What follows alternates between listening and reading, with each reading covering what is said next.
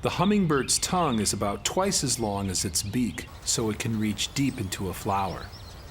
And until recently, many scientists believed that the birds relied heavily on capillary action to draw the nectar through their tongues and into their mouths. Kind of like water spontaneously rising up a thin straw in a glass. But some fascinating discoveries at the University of Connecticut have shown that the mechanisms involved are much more dynamic than anyone realized.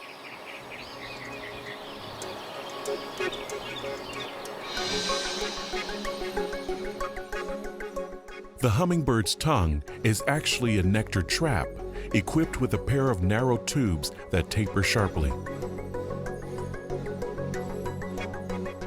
The tip of each tube is segmented into a row of flaps that are attached to a supporting rod.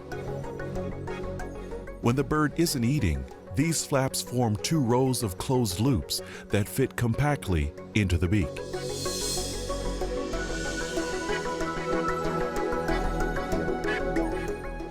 But when the hummingbird feeds, its tongue undergoes a dramatic transformation.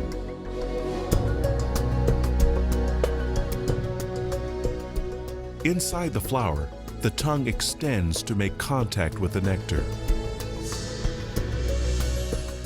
When immersed in fluid, the tip splits and the flaps on each fork systematically unfurl.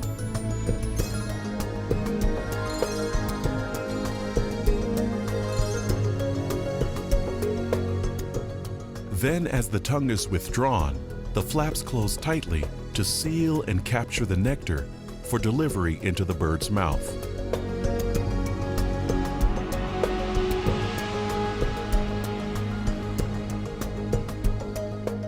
This entire process is executed automatically in less than 1/20th of a second, thousands of times a day.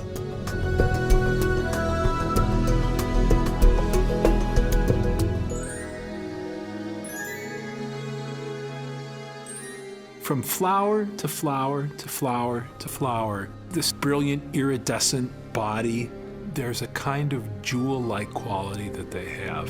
This exquisite workmanship, the colors and the sound that they make. I think in some respects, the wonder of a hummingbird almost transcends language.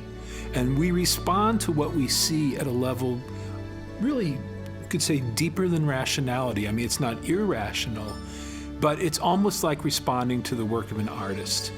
And at that level, we respond with our soul, with our emotions. What can you say? Words can't do it justice, so you just stand there and applaud.